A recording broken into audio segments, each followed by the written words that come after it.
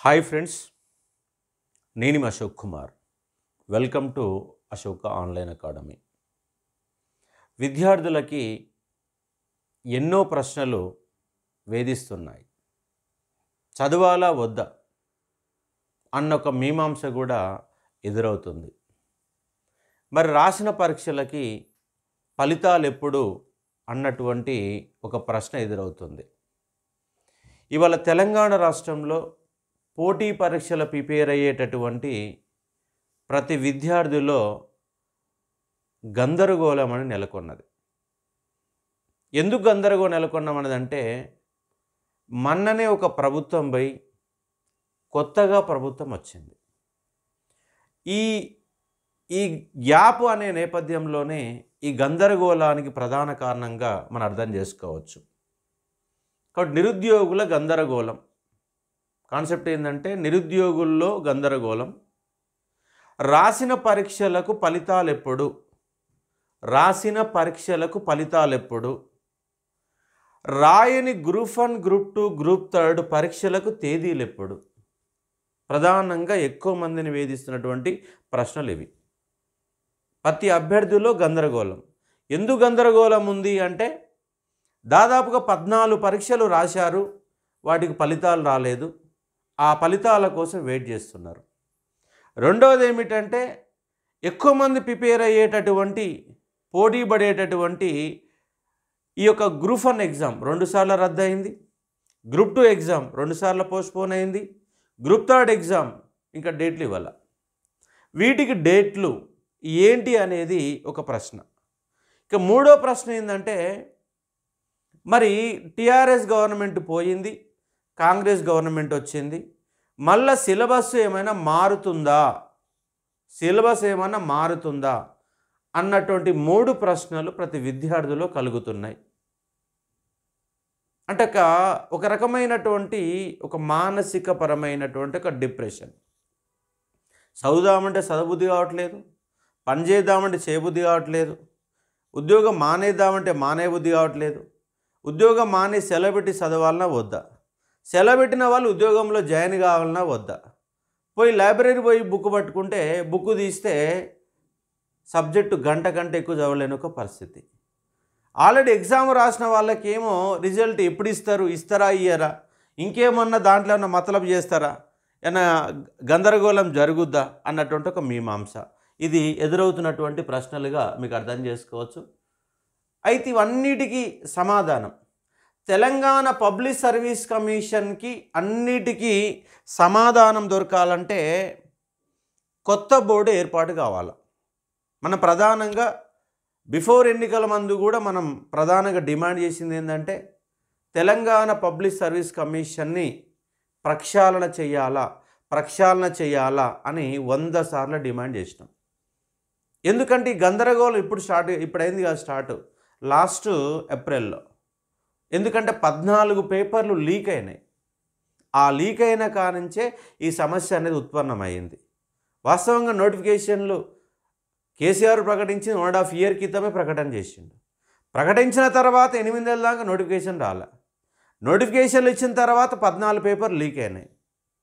అంతా గత 1.5 year 2 years, last December ఆయన మార్చి 21 అంటే మార్చి 21 వస్తే దాదాపుగా 2 years, అంటే మ్యాక్సిమంగా దాదాపు 2 years అంటే 20 నెలలు అవుతుంది. మన ప్రిపరేషన్ అనే ఎజెండాకి మనం మొదలుపెట్టి 20 నెలలు అవుతుంది దాదాపు. అంతకుముందు సంవత్సరం నుంచి ఉద్యోగాలు ఏకపోతానికి ప్రిపరేషన్లో ఉన్నటువంటి సందర్భం. 14 పేపర్ లీక్ కావడం, ఎన్నికల ముందు 2 సార్లు గ్రూప్ 1 రద్దు కావడం, ఆ లీక్ గందరగోళంలో మానసికంగా క్షోభను అనుభవిస్తున్నటువంటి విద్యార్థులు వాయిదా కావాలని కోరడం. ఎందుకంటే వాయిదా అశోక్ సార్ వేయించినట్టు వాయిదా ఏమి కాదు. ఒకవేళ అశోక్ సార్ వాయిదా కోరితే అశోక్ సార్ ఒక్కడే టీఎస్పీస్ కాడ ధర్నా చేయాలా. అశోక్ సార్ ఒక్కడే ధర్నా చేయలేదు కదా. 1 మిలియన్ మార్చిలాగా జనం వచ్చారంటే అది అందరిలో ఉన్నటువంటి ఆవేదనతో వచ్చినటువంటి సందర్భం.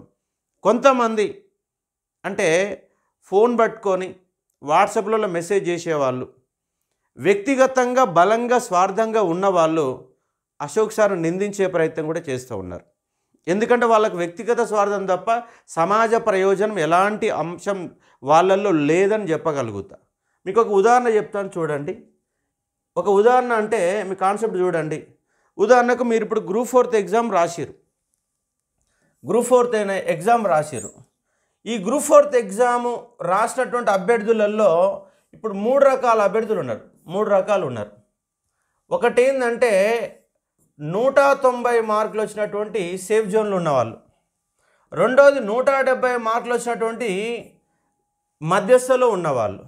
మూడోది 150 మార్కులు వచ్చినటువంటి మరొక సభ్యులు. ముగ్గురు ఉన్నారు. ఈ ముగ్గురి యొక్క వ్యక్తిత్వం ఎలా ఉంటుందో ఇప్పుడు ఒక ఎగ్జాంపుల్ చెప్తాను. మీరు అన్న పాయింట్లన్నీ చెప్తా. ఇప్పుడు మనకు రిజల్ట్స్ ఎప్పుడు ఉండబోతాయి అంటే ఒక అంచనా. ఎందుకంటే నేనేమో దాంట్లో టీఎస్పీ సభ్యులను కాదు, టీఎస్సీ చైర్మన్ కాదు, నేను ప్రభుత్వాన్ని కాదు. కానీ నాకున్న అంచనా మేరకు ఒక అవగాహన కల్పించే ప్రయత్నం చేస్తా. అంటే ఇప్పుడు ఈ ముగ్గురి ఇళ్ళల్లో ఎలాంటి మైండ్ సెట్ ఉంటుందని చెప్తాను చూడండి. 190 మార్కులు వచ్చిన క్యాండిడేట్ ఏమంటాడు? గ్రూప్ 4 అనేది చట్టబద్ధంగా న్యాయబద్ధంగా కరెక్ట్గానే జరిగింది, ఎలాంటి తప్పు జరగలేదు, ఇమ్మీడియట్గా రేపే రిజల్ట్ ఇవ్వాలి, నేను మానసిక క్షోభని అనుభవిస్తున్నాను, రిజల్ట్ కోసం నేను ఎదురు చూస్తున్నాను, మానసిక శోభని అనుభవిస్తున్నాను అనేది 190 వచ్చినటువంటి ఒక అభ్యర్థి యొక్క సమాధానం. 170 వచ్చినటువంటి అభ్యర్థి ఏమంటాడంటే క్వశ్చన్ పేపర్లలో ఆల్రెడీ వాళ్ళు ఇచ్చినటువంటి జిఆర్ఎల్ ఫైనల్ లిస్టులో కూడా ప్రశ్నలు తప్పున్నాయి, ఇంకా 10 ప్రశ్నల పైన తప్పున్నాయి, ఆ 10 మార్కులు కలిస్తే నాకు 100% ఉద్యోగం వస్తుంది అనేది ఈ యొక్క 170 వచ్చినటువంటి విద్యార్థి యొక్క వాదన.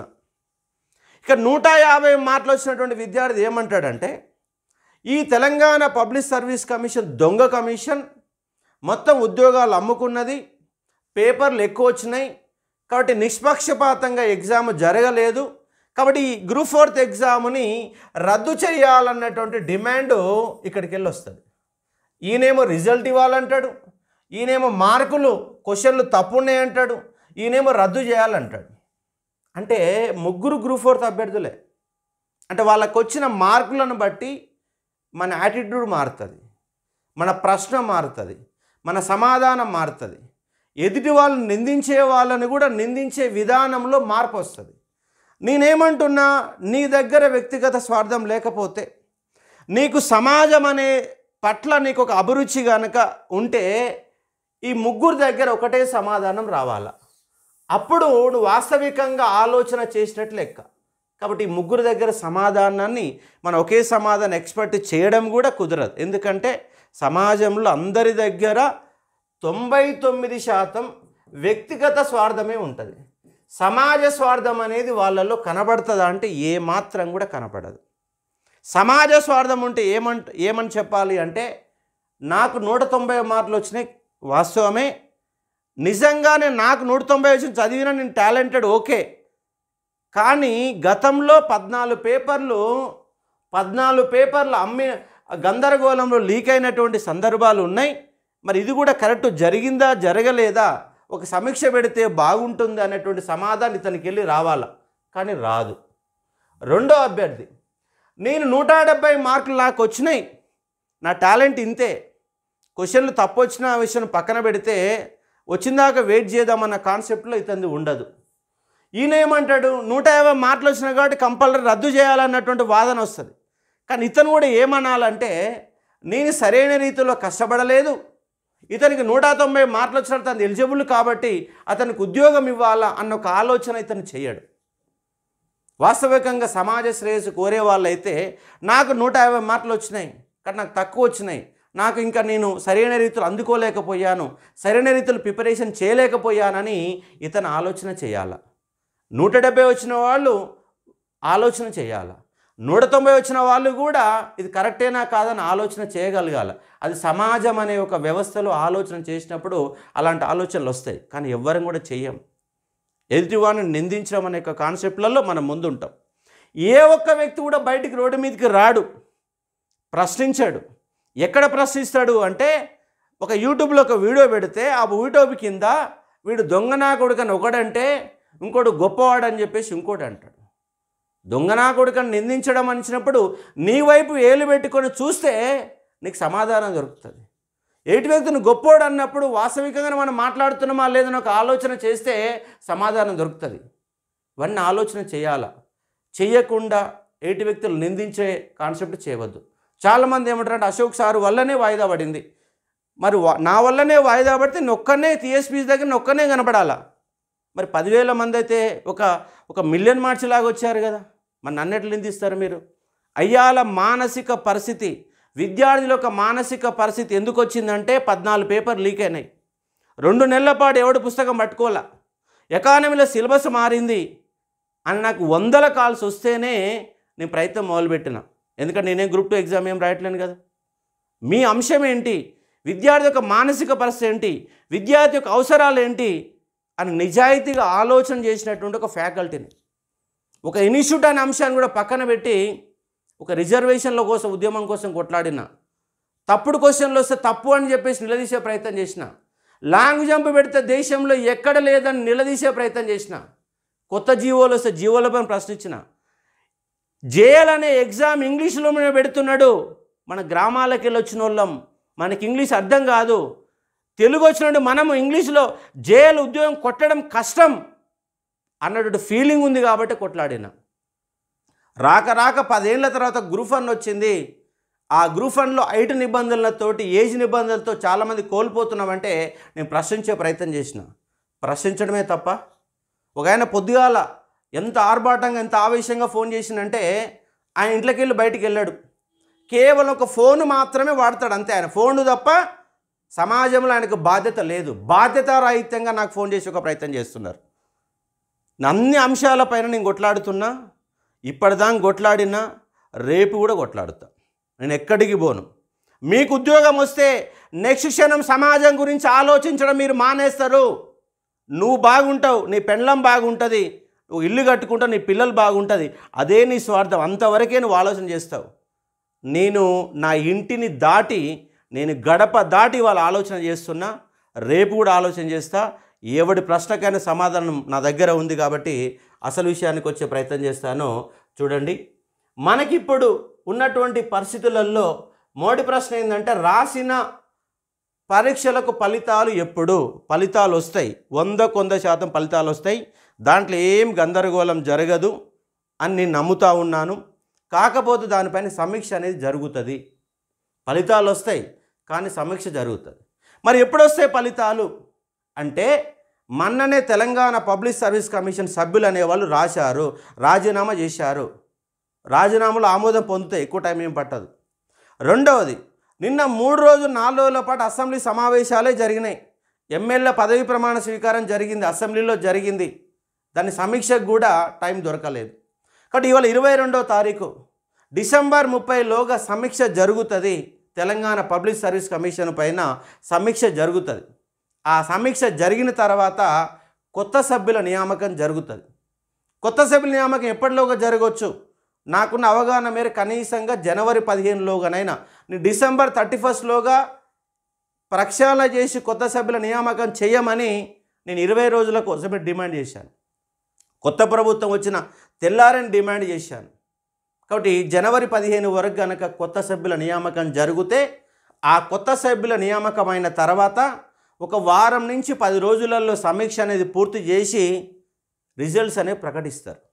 మ్యాక్సిమం పూర్తయినటువంటి 14 పరీక్షల ఫలితాలు ఫిబ్రవరి మాసంలో రావడానికి అవకాశం ఉన్నది. జనవరిలో రావు. ఎందుకంటే ఒకవేళ డిసెంబర్ 31లోగా కొత్త సభ్యుల నియామకం జరిగితే సంక్రాంతి రిజల్ట్ వస్తుంది, ఓ 10-15 రోజులు పడుతుంది. ఒకవేళ సభ్యుల నియామకం ఆలస్యం అయితే మీ ఫలితాలు కూడా ఆలస్యం అవుతాయి. అంటే తెలంగాణ పబ్లిక్ సర్వీస్ కమిషన్ యొక్క కొత్త సభ్యుల యొక్క నియామకం పైన రాసిన ఫలితాలు అనేవి ఆధారపడి ఉన్నటువంటి సందర్భాన్ని ఇక్కడ మీరు గుర్తుపెట్టుకునే ఒక ప్రయత్నం చేయాలి. రెండవది, రాయని రద్దయినటువంటి గ్రూప్ 1, వాయిదా పడినటువంటి గ్రూప్ 2, ఎన్నికల డేట్లు లేనటువంటి గ్రూప్ 3, మిగతా ఉద్యోగాలు కావచ్చు. ఈ 3 అని చెప్పట్లేను, మిగతా ఉద్యోగాలు అన్నీ కావచ్చు. వీటి పరీక్షల తేదీలు ఎప్పుడు ప్రకటిస్తారు అంటే కూడా తెలంగాణ పబ్లిక్ సర్వీస్ కమిషన్ ఏర్పాటైన తర్వాత, న్యూ బోర్డు సభ్యులు, కమిషన్ కాదు ఇక్కడ, న్యూ బోర్డు సభ్యులు కొత్త సభ్యుల నియామకం జరిగిన తర్వాత, జరిగిన ఒక 10 రోజుల తర్వాత, 15 రోజుల తర్వాత, అంటే ఈ యొక్క తేదీలు కూడా ఎగ్జామ్ ఎప్పుడు ఉంటుందని చెప్పడమే ఫిబ్రవరిలో చెప్తారు. మళ్ళీ ఎగ్జామ్ ఎప్పుడు జరుగుద్ది అంటే వాళ్ళు చెప్పినాక జరుగుతుంది. ఈ నేపథ్యంలో ఇంకో కాన్సెప్ట్స్ ఏంటంటే పార్లమెంట్ ఎన్నికలు ఉన్నాయి, స్థానిక సంస్థల ఎన్నికలు ఉన్నాయి. అవి మనకన్నా ఆటంకం అయితే అంటే పెద్దగా ఆటంకం ఏం కాకపోవచ్చు. ఎందుకంటే ఒకవేళ వీళ్ళు ఇచ్చిన తేదీ ముందు అంటే కంప్లీట్గా షెడ్యూల్ రాలేదనుకో, తేదీలు ఇచ్చేసి ఎగ్జామ్ పెట్టేస్తారు. అదేమో గవర్నమెంట్ చేంజ్ అయితే సందర్భం, ఆల్రెడీ గవర్నమెంట్ ఉన్నటువంటి సందర్భం, అదేమో గవర్నమెంట్ ఉంటుందా ఉండదా అన్నటువంటి మధ్యస్థ నేపథ్యంలో మొన్న గ్రూప్ 2 మరోసారి వాయిదా పడింది. ఒకవేళ అవి పార్లమెంట్ ఎన్నికలు అయి ఉంటే, రాష్ట్ర ప్రభుత్వంగా ఎన్నికలు కాక పార్లమెంట్ కనుక ఎన్నికలు అయి ఉంటే మొన్న వాయిదా పడకుండా ఎగ్జామ్ నిర్వహించే అవకాశాలు ఉండేది. కానీ ఆ అవకాశం లేకుండా పోయింది. రేపు గనక ఒకవేళ ముందస్తు ఎన్నికలు జరిగితే మనకి ఏప్రిల్ మే అంటే మే నెల వరకు మనకు గ్రూప్ 2 ఎగ్జామ్ ఉండడానికి అవకాశాలు ఎక్కువ ఉన్నాయి. జనవరి ఫిబ్రవరి మార్చిలో అయితే ఉండడానికి అవకాశాలు అయితే లేవు. ఎందుకు లేవంటే కొత్త తేదీలు ఇవ్వడానికి టైం పడుతుంది. మార్చి నుంచి ఇంటర్మీడియట్ 10th క్లాస్ అన్ని రకాల ఎగ్జామ్స్ అనేవి నిర్వహిస్తారు కాబట్టి ఏప్రిల్ 15 వరకు వెళ్ళిపోతుంది. ఆలోగా ఎన్నికలు జరిగితే ఎన్నికల కోసమే 10th క్లాస్ షెడ్యూలింగ్ కూడా ముందుకు జరిపారు కాబట్టి మ్యాక్సిమం ఏప్రిల్లోగా ఎన్నికలు జరిగితే అయిపోయిన మరుక్షణమే ఎగ్జామ్ల యొక్క ఫిలిమ్స్, గ్రూప్ 1 ఫిలిమ్స్, గ్రూప్ 2 అనేవి రెండు కూడా ఒకేసారి 10-15 రోజుల గ్యాబులతోటి గ్రూప్ 1 ఫిలిమ్స్, గ్రూప్ 2 ఎగ్జామ్లు రెండు కూడా జరగడానికి అవకాశాలు ఎక్కువగా ఉంటాయి. గ్రూప్ 3 అంటే దానికి మళ్ళీ కొంత టైం అడుగుతారు, మళ్ళీ అడుగుతారు. ఇక్కడ గ్రూప్ 3 కొంత టైం పట్టవచ్చు. మొత్తం ఈ ప్రాసెస్ అంతా అయిపోవడం కోసం మనకు ఆగస్టు ఆర్ సెప్టెంబర్ వాళ్ళు ఇచ్చిన షెడ్యూల్ ప్రకారమే సెప్టెంబర్ 17లోగా ఇది మనకు పూర్తి అవ్వడానికి అవకాశాలు ఎక్కువ ఉన్నాయి. కాబట్టి ఆవేశాలకు పోకండి, ఎక్కువగా ఆలోచన చేయకండి. ఎందుకంటే మనిషి జీవితం చాలా ఏండ్లు ఉంది. అంటే ఒక నెల రోజులతోనే మన జీవితాలు కింద మీద చేసుకునే ప్రయత్నం చేయకండి. కొంతమంది ఆత్మహత్యల వైపు కూడా ఆలోచన చేస్తున్నారు, అది కరెక్ట్ కాదు. మనం ఇట్లా ఆలోచన చేస్తే మరి కేసీఆర్ 10 ఏళ్ల పాటు రాష్ట్రాన్ని పరిపాలించిన కేసీఆర్ ఎన్నిసార్లు ఆత్మహత్య చేసుకోవాలి? ఎందుకంటే ఆయనకి ఎక్కువ టెన్షన్ ఉంటుంది కాబట్టి. దేశాన్ని పరిపాలించిన నరేంద్ర మోడీ ఎన్నిసార్లు ఆత్మహత్య చేసుకోవాలా? ఒక ఎమ్మెల్యేని చూడండి, ఒక ఎంపీని చూడండి, ఒక మంత్రిని చూడండి, ఒక ఐఏఎస్ ఆఫీసర్ని చూడండి. ఎందుకంటే మనం కంటే వీళ్ళందరికీ ఎక్కువ పనులు ఉంటాయి. రోజువారీగా టెన్షన్ లైఫ్ అనేది ఉంటుంది. ఒక్కొక్కసారి ఒక ఐఏఎస్ ఎగ్జామ్ ప్రిపేర్ కావడానికి కొంతమంది 6 సంవత్సరాల నుంచి 8 సంవత్సరాల పాటు టైంను కూడా కేటాయించే వాళ్ళు ఉన్నారు. అట్లని చెప్పేసి ఈ దరిద్రమైనటువంటి తెలంగాణ పబ్లిక్ సర్వీస్ కమిషన్ 10 ఏళ్ల కాలంలో ఈ టీఆర్ఎస్ గవర్నమెంట్ విద్యార్థులను ఎన్ని రకాలు ఏడిపించాలో అన్ని రకాలు ఏడిపించాల్సింది. ఇప్పుడు మామేం కావాలా మరి? మేము ఒక ఉద్యమం కారణంగా 2009 సంవత్సరం నుంచి 2008, 2009 నుంచి 2023 వరకు స్టిల్ ఆన్ ఇవాల్టి వరకు కూడా ఒక జనరేషన్ మొత్తం పోయింది. 14 సంవత్సరాలు ఈ జీవితం అంతా సంకనాగిపోయింది ఓన్లీ ఫర్ టీఆర్ఎస్ వల్ల, ఓన్లీ తెలంగాణ ఉద్యమం వల్ల. కొత్త రాష్ట్రం ఏర్పాటైన తర్వాత జరిగినటువంటి ఒక సంఘటనల నేపథ్యాలని అర్థం చేసుకోవచ్చు. ఇవాళ 40 ఏళ్ళ పైన ఉన్నటువంటి ఏ అభ్యర్థినైనా అడగండి, ఎంతమంది జీవితాలు ఆగమైనాయో మనం అర్థం చేసుకోవచ్చు. కాబట్టి మీరు ఒక 1 మంత్ ఓపిక పట్టండి. ఇది డిసెంబర్ 22, జనవరి నెల వరకు ఓపిక పట్టండి. ఎగ్జామ్ రాసిన వాళ్ళు ఒక జనవరి నెల వరకు ఓపిక పట్టండి, మీ ఫలితాలు వస్తాయి. మీకు అనుకున్నటువంటి మార్కులు ఆల్రెడీ కొంతమందికి జిఆర్ఎల్ ఇచ్చారు, కొంతమందికి ఇవ్వని వాళ్ళని కూడా ఇస్తారు. ఇంకా క్వశ్చన్లు తప్పు ఉంటే కూడా దానిపైన సమీక్ష నిర్వహిస్తారు. కొత్త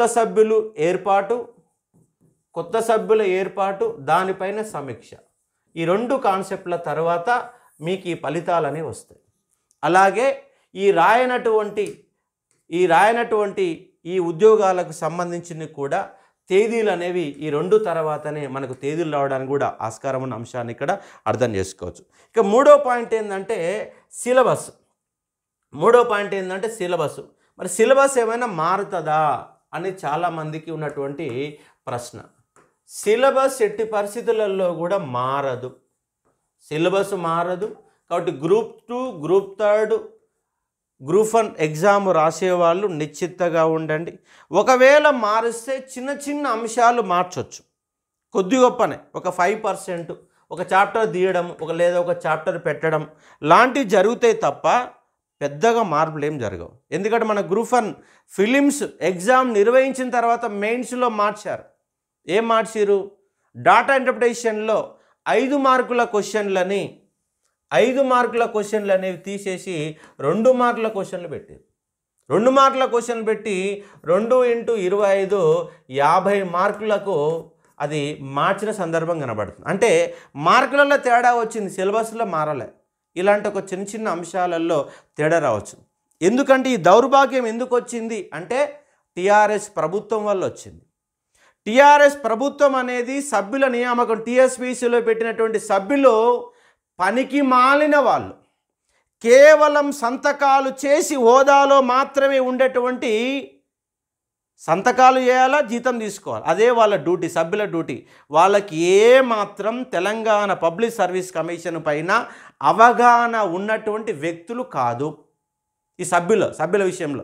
ఎందుకంటే నేను తెలంగాణ పబ్లిక్ సర్వీస్ కమిషన్లో పనిచేసే ఎంప్లాయీలతో మాట్లాడి చెప్తున్నట్టు సందర్భం, నేను ఒక్కనే ఒట్టిగానే గాలి మాటలు చెప్పట్లేను.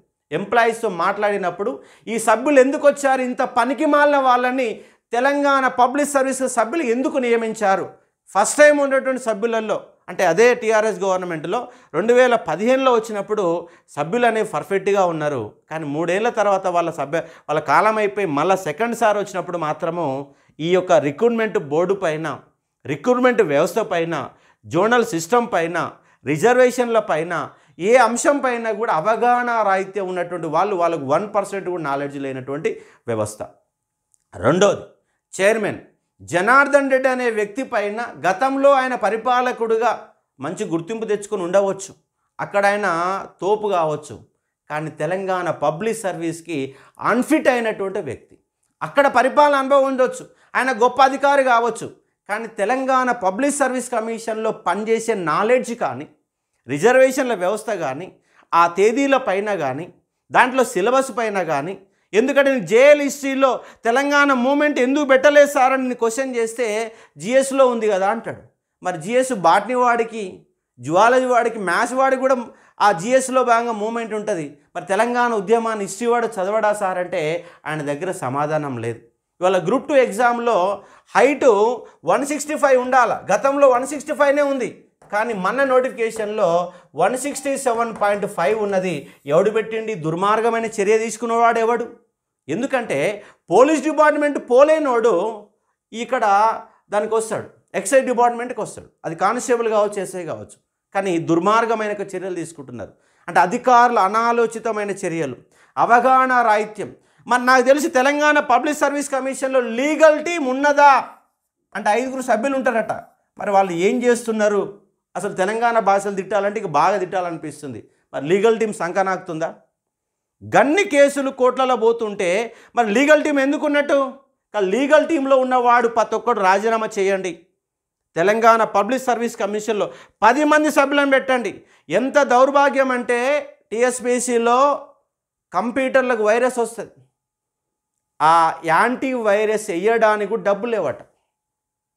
యాంటీ వైరస్ వేయడానికి తెలంగాణ పబ్లిక్ సర్వీస్ దగ్గర డబ్బులు లేవు. మరి డబ్బులు ఈయనోడెవడు?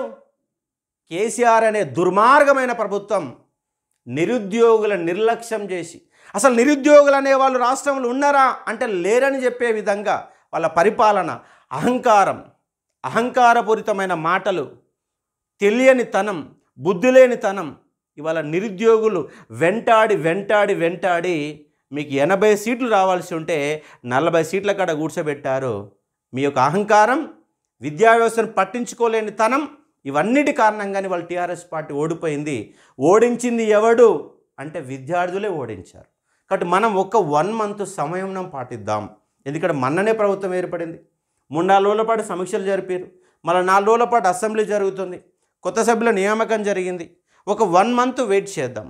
1 మంత్ తర్వాత కూడా వాళ్ళ ప్రణాళిక లేకపోతే మీ అందరికంటే ముందు నేనే నిలబడతా, కేసులైనా ఎదుర్కొంటా, మీకంటే ముందు అగ్రభాగంలో నేనే నిలబడి మీ తరపున కొట్లాడుతా. కాబట్టి ఇప్పుడే ఏర్పడింది కాబట్టి మనం ఇప్పుడే వాళ్ళతో పంచాయతీ పెట్టుకోలేం, ఇప్పుడే గొడవ దిగలేం, ఇప్పుడే ధర్నాల దిగలేం. టైం ఇద్దాం. ఒక 1 మంత్ తెలంగాణ కొత్త సభ్యుల నియామకం జరిగిందా ఓపిక పడదాం, చైర్మన్ నియామకం జరిగిందా ఓపిక పడదాం. ఓపిక పట్టి అయినా కూడా వాళ్ళు ఇవ్వకపోతే మనం అప్పుడు మన యొక్క ఎదురెళ్ళే ప్రయత్నం చేద్దాం. కాబట్టి అప్పటిదాకా ఎదురెళ్ళకుండా ఓపికతో, సమయంతో పరీక్షల రిజల్ట్ కోసం వెయిట్ చేద్దాం, ఫలితాల కోసం వెయిట్ చేద్దాం, మరియు కొత్త తేదీల కోసం వెయిట్ చేద్దాం. కాబట్టి ఓపిక తెచ్చుకోండి, మానసిక స్థైర్యాన్ని నింపుకోండి. ఎందుకంటే మనిషి అనేవాడికి కాళ్ళు ఉన్నాయి, చేతులు అనేది మైండ్ ఉంది. ఈ 140 కోట్ల జనాభాలో 140 కోట్ల జనాభాలో 138 కోట్ల మందికి సమస్యలే ఉంటాయి. ఒక సమస్య లేని వాళ్ళు 1 కోటి మంది ఉంటారు. వాళ్ళు ఎవరంటే సన్యాసులు లాంటి వాళ్ళు ఉండొచ్చు. మిగతా వాళ్ళందరికీ సమస్యలే ఉంటాయి. ప్రతిరోజు జీవితం నరకప్రాయంగానే ఉంటుంది. అయినా ఆ నరకాన్నంతా శివుళ్లాగా విషాన్ని మింగినట్టు ప్రతి మనిషి అనేవాడు ప్రతిరోజు తన దుఃఖాన్ని దిగమింగుతూ ప్రతిరోజు సంతోషంగా ఉండడానికి ప్రయత్నం చేస్తూ ఉన్నాం. మనం కూడా సంతోషం లేకపోయినా కనీసంగా ఓపికతోని మీరు చదవాల్సిన అంశాలకు వెళ్ళి మైండ్ మూడు మార్చుకొని, ఎందుకంటే రాబోయే జీవితం మనదే. ఒక దాంట్లో విఫలమైన ఇంకో దాంట్లో వస్తాం. నేను కూడా విఫలమైన వ్యక్తినే. విఫలమైన వ్యక్తిగానే ఆ విఫలంలోకి వెళ్ళి ఎన్నో గుణపాఠాలు నేర్చుకొనే ఇవాళ మీ ముందు నిలబడ్డాను. ఇలా సక్సెస్ అయిన ప్రతి ఒక్కడు విఫలమైనోడే. సక్సెస్ అయిన ప్రతి ఒక్కడు 4-5 ఎగ్జామ్లో ఫెయిల్యూర్ అయిన వాడే, 5వ ఎగ్జామ్లో విజయం సాధించిన వాడే. ఉద్యోగం సాధించిన ప్రతి ఒక్కడు కన్నీళ్ళు కష్టాలు పెట్టుకున్నోడే. గ్రామీణులకి వెళ్ళి వచ్చినోడే, ఊర్లకి వెళ్ళి వచ్చినోడే, బువ్వకు లేనోడే, గుడిసె ఉన్నోడే, కాళ్ళకు స్లిప్పర్స్ లేనోడే, వెనక రంధ్రం పడ్డ లాగులేసుకొని కొట్లాడినోడే, ఊళ్ళో ఉన్నోడే, గ్రామంలోకి వెళ్ళి వచ్చినోడే ఈ పోటీ పరీక్షలో నిలబడతారు అన్న సత్యాన్ని మీరు గ్రహించాలి. కాబట్టి ప్రతి విజయం వెనక కన్నీళ్ళు కష్టాలు ఉంటాయి. మనకు కూడా ఈ టీఆర్ఎస్ గవర్నమెంట్ ఏరి కోరి తెచ్చుకున్నటువంటి కారణంగా మన వెనక కన్నీళ్ళు ఉన్నాయి, కష్టాలు ఉన్నాయి. వాటి దిగమింగుతూ కొంత ఓపిక చేసుకొని అడుగులేసే ప్రయత్నం చేద్దాం. ఎందుకంటే భవిష్యత్ అంతా మనదే. ఇవాళ కాకపోతే రేపు కావచ్చు ఎల్లుండి కావచ్చు ఆవులెల్లుండి, కానీ మొత్తం మీద వచ్చేది మాత్రం మనదే విజయం అన్నట్టుగా సంతోషంగా ఉండాలా. ఈ ఒక్కటే కాదు, రేపు నేను చేపట్టబోయే ఉద్యమాలు మీరేమంటున్నారు? 2 లక్షల ఉద్యోగాలు అంటున్నారు. నేనేమంటున్నంటే 30 లక్షల ఉద్యోగాలు అంటున్నా. మరి 30 లక్షల ఉద్యోగాలు గవర్నమెంట్ ఇస్తుందా అంటే ఇవ్వదు. మిగిలినటువంటి 28 లక్షల మంది కోసం నేను ఉద్యమం చేపట్టబోతున్నా. హైదరాబాదులో పారిశ్రామిక రంగంలో, హైదరాబాదులో సాఫ్ట్వేర్లో, హైదరాబాదులో ఫార్మాలో తెలంగాణ బిడ్డలే ఉండాలి. ఆ తెలంగాణ బిడ్డలు ఉండాలని గట్టిగా మన 30 లక్షల మంది నినదిస్తే, కొట్లాడితే అందరం హ్యాపీగా ఉండవచ్చు. కాబట్టి 20 లక్షల మంది ఉపాధి కావాలా, ఉపాధి పొందే ఉపాధి మార్గాలు ప్రభుత్వమే సృష్టించాలా. 2 లక్షల ఉద్యోగాలు ఇవ్వాల్సిందే. ఎందుకంటే మీరు ఆర్థిక దివాలా అన్న పేరుతోని తప్పించుకుంటే కుదరదు. దానికి అన్వేషించండి, మార్గాలు అన్వేషించండి. మీరు మార్గాలు అన్వేషించే సమయంలో దొరుకుతాయి, సమాధానం దొరుకుతుంది. ఎందుకంటే ఆల్రెడీ రిటైర్మెంట్ అయ్యే వాళ్ళు ఉన్నారు. ఆల్రెడీ కేసీఆర్ అనే ఒక వ్యక్తి ఎవడెట్టి పోతే నాకేంటి అని 58 నుంచి 61 వరకు ఆయన ముందుకెళ్ళిండు. దానిపైన ఒకసారి సమీక్ష చేయండి. ఆల్రెడీ 3 ఏళ్ళు అవుతుంది పెంచి, రిటైర్మెంట్లు అనేవి వస్తున్నాయి. కాబట్టి ఇవన్నీ కూడా ఆలోచన చేస్తే సమాధానం దొరుకుతుంది. దానితో పాటుగా హైదరాబాదులో 1/3 ఉన్నటువంటి పాపులేషన్లో హైదరాబాదులోడికి ఎవడు ఎంటర్ కాకుండా న్యూ జోనల్ సిస్టమ్ తీసుకొచ్చి రాష్ట్ర రాజధానిలో తెలంగాణలో తెలంగాణోడు నాన్ లోకల్ అయ్యే విధంగా న్యూ జోనల్ సిస్టమ్ తెచ్చిండు.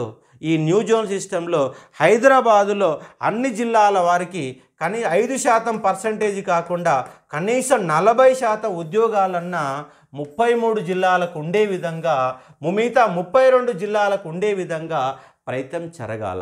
జిహెచ్ఎంసీనా, హెచ్ఎండిఏనా, దీని పరిధిలో ఉన్నటువంటి రాష్ట్ర రాజధాని స్టేట్ వైడ్గా ఉండేటువంటి నేపథ్యంలో ఉద్యోగాల కల్పనలో, ఎందుకంటే హైదరాబాదులో 33% ఆఫ్ పాపులేషన్ సెటిలర్స్ పాపులేషన్. కాబట్టి సెటిలర్ పాపులేషన్ అయితే ఎంత ఉందో ఆ సెటిలర్ పాపులేషన్ యొక్క రిజర్వేషన్ మేము అడుగుతున్నాం.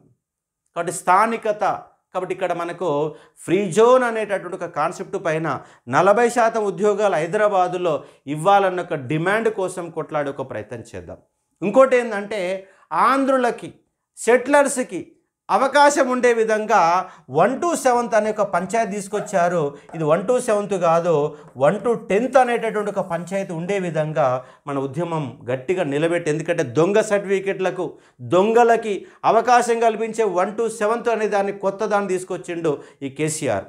ఆయన తీసుకొచ్చిన న్యూ జోనల్ సిస్టమ్ గొప్పగా ఉందని కొందరు కనపడవచ్చు, కానీ ఆ గొప్ప వెనక మళ్ళీ ఎవరికి అధికారం కల్పిస్తుందంటే మళ్ళీ సెటిలర్స్కే అధికారం కల్పించే విధంగా న్యూ జోనల్ సిస్టమ్ ఉంది. ఇక్కడ మనం కొట్లాడాల్సింది న్యూ జోనల్ సిస్టమ్ పైన, కొట్లాడాల్సింది 30 లక్షల ఉద్యోగాల కల్పన పైన, కొట్లాడాల్సింది 1 to 10th కోసం కొట్లాడాల్సిన అవసరం ఉంది. కాబట్టి ఇవాళ విద్యార్థులలో 100 రకాల సమస్యలు ఉన్నాయి. ఆ సమస్యల గజిబిజి ఏంటి, గందరగోళం ఏంటి, ప్రతి విద్యార్థిలో ఉన్నటువంటి ప్రశ్న ఏమిటి అన్న ప్రశ్నల యొక్క లిస్టుని మీకు మరొక వీడియోలో ఇచ్చే ప్రయత్నం చేస్తా. అంటే మొత్తం ఉద్యోగాల కల్పన, గవర్నమెంట్ అనే ఉద్యోగాల కల్పనలో క్వాలిఫికేషన్ల పంచాయతీ ఏంటి. మళ్ళొక అంశం ఏంటంటే, ఇక్కడ మీరు గుర్తుపెట్టుకోవాలి అంశం ఏంటంటే, ఈ ఫలితాలు అని రావడానికి వర్టికల్ హారిజంటల్ అనే పంచాయతీ కూడా ఉందండి. ఈ ఒక రాసిన పరీక్షల ఫలితాలు ఎప్పుడు అనే సమాధానం ఏంటంటే, హారిజంటల్ విషయం పైన కూడా ప్రభుత్వం నిర్ణయం తీసుకోవాలి. హారిజంటల్ అంశం పైన ప్రభుత్వం నిర్ణయం తీసుకునే వరకు ఇది కోర్టులో కేసు ఉంది. కాబట్టి అప్పుడే మనకి ఫలితాలు రావడానికి అవకాశం ఉంది. ఫలితాలు ఎప్పుడు వస్తాయి? ఒకటి తెలంగాణ పబ్లిక్ సర్వీస్ కమిషన్ ఏర్పాటైన తర్వాత, రెండవది హారిజంటల్ పైన ప్రభుత్వ నిర్ణయం, కోర్టు నిర్ణయం కాదు, ప్రభుత్వం యొక్క నిర్ణయం. ప్రభుత్వం నిర్ణయం తీసుకోవాలి హారిజంటల్ అనే ఒక పంచాయతీ పైన. మూడవది ఈ కొత్త సభ్యులు ఏర్పడి వాళ్ళు నిర్ణయం తీసుకుని సమీక్ష జరిపిన తర్వాత ఫలితాలు వస్తాయి. మీ ఫిబ్రవరి నెల వరకు మీ ఫలితాల కోసం వెయిట్ చేయాల్సిందే. ఎప్పుడొస్తాయి అని చెప్పేసి నాకు ఒక రోజు ఒక 30-40 రోజు ఒక 100 ఫోన్లు వస్తున్నాయి. ఫోన్లు ఎత్తడం అనేది చాలా కష్టం, అర్థం చేసుకోండి. ఎప్పుడు అశోక్ సారు నిరుద్యోగుల పక్షమే, నిరుద్యోగుల కోసమే కొట్లాడుతాడు, మీకోసమే కొట్లాడుతాను. కాబట్టి అర్థం చేసుకోండి. నా ఇన్స్టిట్యూట్ నడిచినా నడవకపోయినా, నాకు డబ్బులు వచ్చినా రాకపోయినా, ఎందుకంటే రాష్ట్రంలో ఆకాశంలో ఉన్న ఫీజులన్నీ నేల పట్టుకొచ్చింది కూడా నేనే. కాబట్టి నేను నిరుద్యోగుల శ్రేయస్సు కోసమే, నా వ్యక్తిగత స్వార్థం ఉన్నప్పటికీ నా వ్యక్తిగత స్వార్థాన్ని, ఈ సమాజ స్వార్థాన్ని నేను ఫస్ట్ ప్రియారిటీ ఇచ్చి దానికోసం కొట్లాడుతానని హామీ కూడా ఇస్తున్నాను. ఎందుకంటే నేను రోడ్డు కింద ఉన్నట్టు నేను కనీసంగా 3 పూటల ప్రశాంతంగా భోజనం చేసి సంతృప్తి స్థాయిలో ఉన్నాను. కాబట్టి నేను కంపల్సరీగా మీకోసం కొట్లాడుతానని హామీ ఇస్తూ ఉన్నాను. కాబట్టి ఇది ఉన్నటువంటి అంశం. కాబట్టి జనవరి నెల మనము ఎట్టి పరిస్థితులలో ఏ కదలిక జరగదు. ఎందుకు జరగదంటే కొత్త సభ్యుల యొక్క నియామకం అనేది జరిగిన తర్వాత ప్రాసెస్ని మొదలు పెడతారు. ఒకవేళ అయినా కూడా ఇంకా నెగ్లిజెన్స్, నిర్లక్ష్యం కనుక ప్రదర్శిస్తే మనము ఎదురెళ్ళే ఒక ప్రయత్నం చేయదు. అప్పటిదాకా వెయిట్ చేస్తారని, ఆవేశపడొద్దని, ఆలోచనతో ఉండాలని, మైండ్ సెట్ను మార్చుకోవాలని, రేపు భవిష్యత్తు మనదే అన్నట్టు ఒక ఫీలింగుతో ముందుకు వెళ్ళాలని నేను స్పష్టంగా చెప్పదలుచుకున్నాను. Thank you.